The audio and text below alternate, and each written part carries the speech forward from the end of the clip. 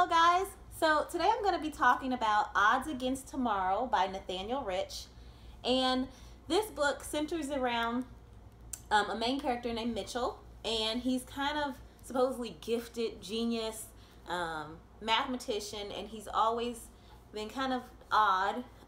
He focuses a lot, obsessively, on the end of the world, and he always kind of has this feeling about himself of impending doom and just dread, and by a series of events, kind of mysteriously, he ends up working at this organization that kind of calculates risk for companies of catastrophes. So he kind of becomes like a consultant for them, and he makes a lot of money. He's in Manhattan, and the company is set inside the Empire State Building. So books and movies with New York can always be kind of exciting, and romanticism about it. I don't know what it is, but I just love personally reading about books in Manhattan in New York. So that I really did like about this book. I won't say it's the worst book I've ever read, definitely not. It was slightly disappointing. I'll give examples. Just some background about me. I usually don't give background, but I feel like in this particular instance it's relevant because it affected my reading. I knew someone who was very similar to this character, almost eerily so, and I kept thinking about that person as I read through this book. But the person I know is actually more extreme than this character was, and so I kept comparing a little bit, and I don't know if that affected it, but it did affect it. So the person I knew versus this character. So like the thing about dating someone or hanging out with someone that is into kind of doomsday and that impending dread, first of all, it's nerve-wracking, and I think the author did a good job of captivating that in this book. Is that it's like shaky around these people, not judging anyone. Everyone has the right to live their life the way they want to within their means, within their legal means. But long story short, when I would be with this person, things like going out to eat, they would basically everything, their payment method, everything would be based on this collapse of the global and U.S. economy. So yeah, that was fun, you know, going out to eat, and that is the thing going on, is that impending dread. And the author did a good job of capturing that. He kind of started off, the writing was very unimpressive. It started off weird. Like, he started the book off between the first person peripheral perspective. Like, so one of the main character's friends, like his best friend, was kind of telling that story. And that's how I related to that first part of the chapter. I really related to the first part of the chapter because I felt like they captured that well. Or was that like, it might have even been the introduction. No, it was the first chapter.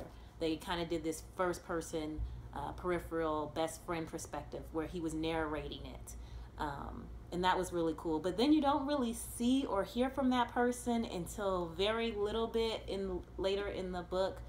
I felt like that character wasn't really utilized as much as it could have been or should have been in this book. So yeah, that was the thing. But again, did a good job of captivating that. What my own personal experience was versus what made this book really unbelievable and almost unlikable for me was the main character to be this genius who's had his whole life to focus on the end of the world. To be someone like that, in my opinion, there was not enough preparation. To have the resources he had, it's like, okay, finally this catastrophe he's been planning for his whole life happens, and it's just kind of like, he has like nothing. Like, all of us pretty much know, even if we're not focused on the end of the world, all of us have, like, maybe, let's think about canned goods, you know, whether you do it or not is not the issue, but, you know, we all kind of something. But if someone is completely consumed by this, you think spiritually, physically, he would have a larger stash of water bottles, something, and it was like nothing. Like, oh my gosh, like, I don't know, that wasn't believable. To have the resources he had and to end up in the scenarios he ended up in. I think even there comes a point in the book where even the author wrote the character saying, we're too rich for this. And I was like, yes, you are. You're too rich. You're too smart. Aren't you supposed to be more aware to not be in these kind of predicaments, and then to keep seemingly putting yourself in danger throughout this was very frustrating for me as a reader. I personally felt very frustrated by the main character.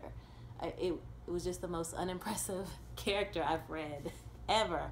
So again, it's interesting. They put a lot of math in it. They put a lot of really, really out there scenarios. Like the character, he just really thinks of all these random things. It's like, okay, if you can think about nuclear explosions and nuclear wars, please think about bottled water. Like, please be more prepared than a suitcase or something. Whatever he did in this book, I just felt like should have been a lot more preparation going on.